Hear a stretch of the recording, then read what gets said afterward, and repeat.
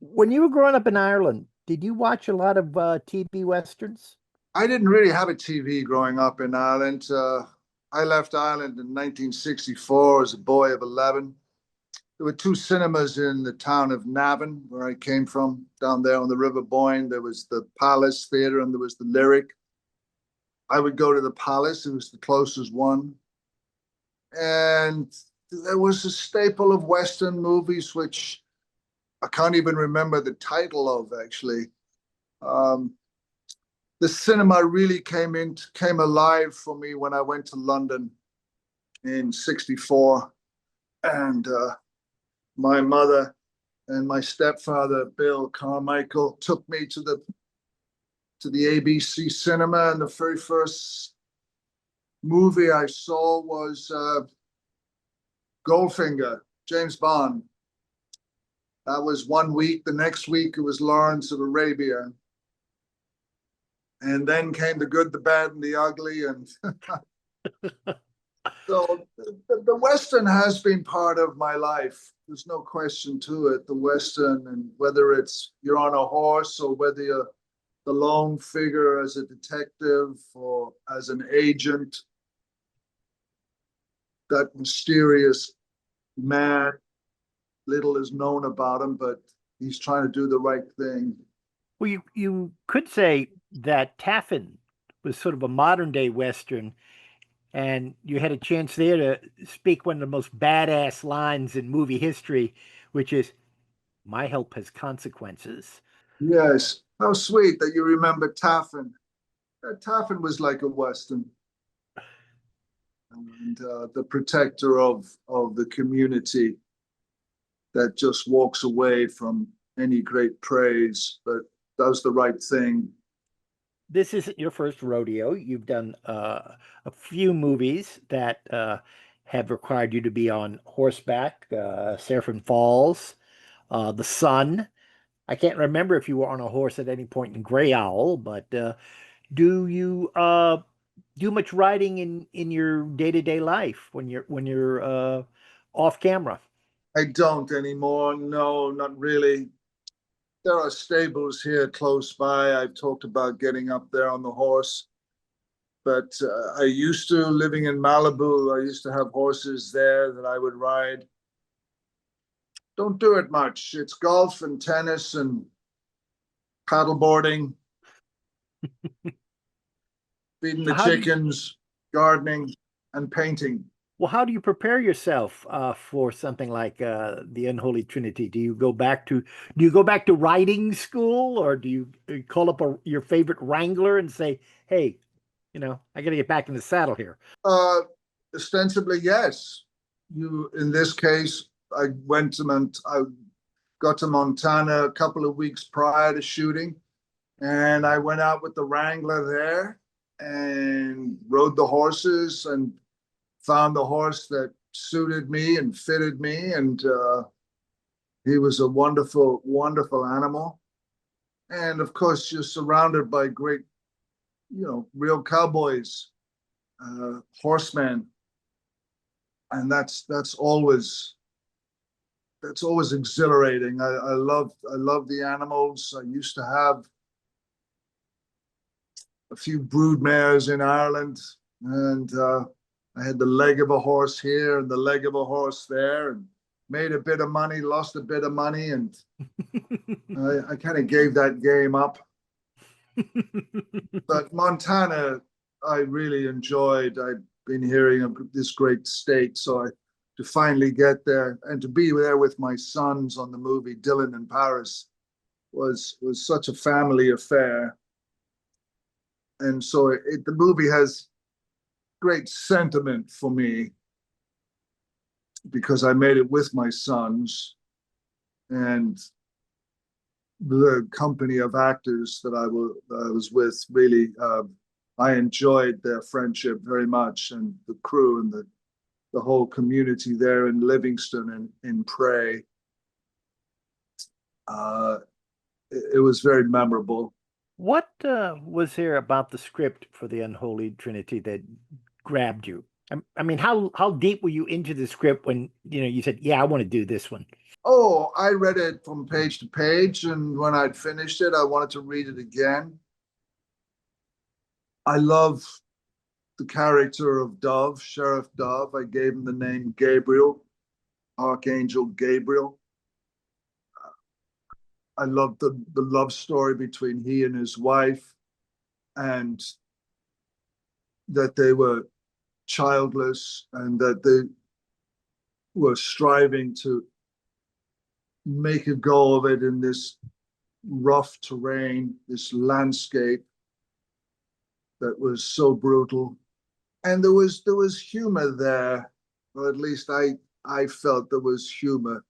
It was a character that was rough hewn from Irish ancestry, an Irishman who, an immigrant out there in the wilds of Montana. I could identify with those emblems of being an immigrant, of being an outsider, of working courageously and relentlessly to make a family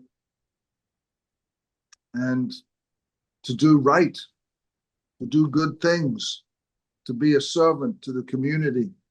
Did the fact that you play a full bore Irishman in this one is no attempt to quote unquote Americanize the character that you really are from the old sod.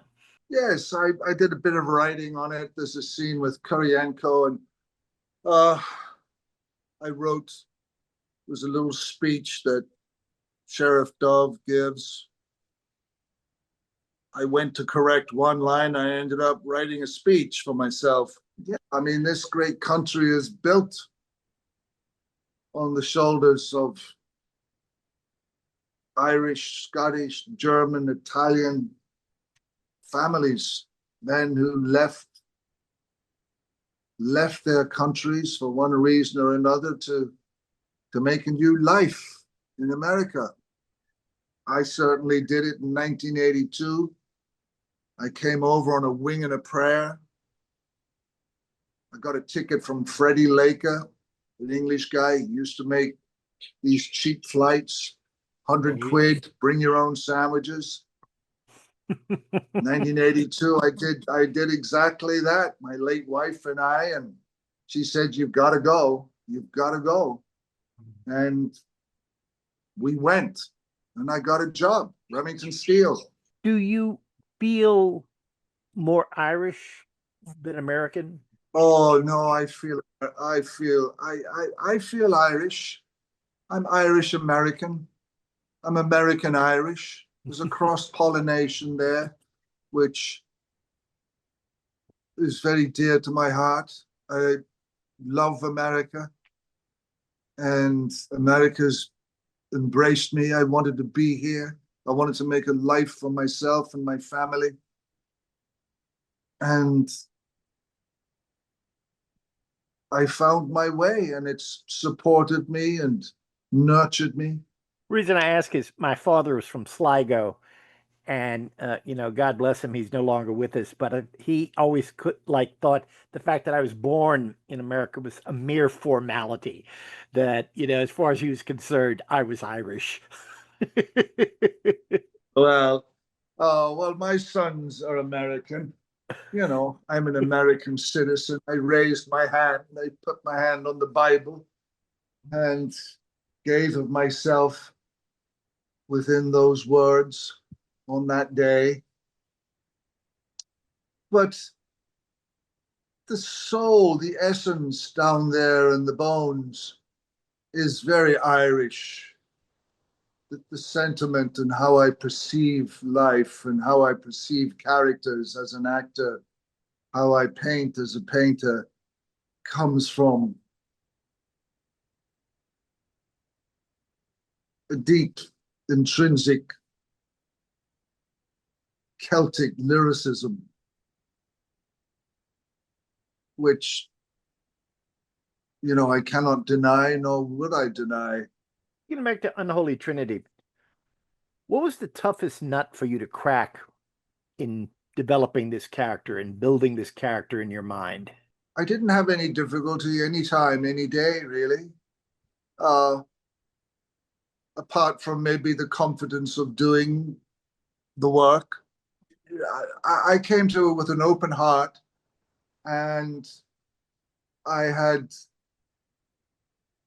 a young director in Richie Gray, who was passionate and enthusiastic and let me do my job. I had my two sons beside me. So it was very much a collaboration and just a joy to go to work every day on set, to see the work that they'd done there and pray, building this magnificent Western town. The food was great. And the weather did what the weather did. I didn't really get too upset whether it was snowing or not snowing. There's not much I can do about that. I just go on with the work, try to keep it as simple as possible. And I had no problems really. There was no tough nuts to crack, not that I can remember. One last question. I've often had actors tell me that it wasn't so much they were in competition with another actor, but working alongside them, they felt like he or she lifted up his game, like playing against a good tennis player. Did you feel that way working with Samuel Jackson? Oh, very much so. I'm a huge fan of Samuel's work, and his character, his voice is so indelible in my repertoire of his films. So yes, you have an actor that comes full guns, blaring, blasting at you, and his performance is, lends itself to the work that you've done in your quiet way, your imagination of preparing the work and the man that you want to portray as Sheriff Dove. And they make you real. Great actors make you real. They give you the performance. I mean, you have to have your performance. You have to know your lines. You have to know the history of your character, feel the emotion of him. Well, thank you very much for So, the words. I really appreciate it. I enjoyed the film very much, and I wish you good fortune with it. well, I appreciate it. Thank you, Joe. All the best to you. Be well. You too, sir.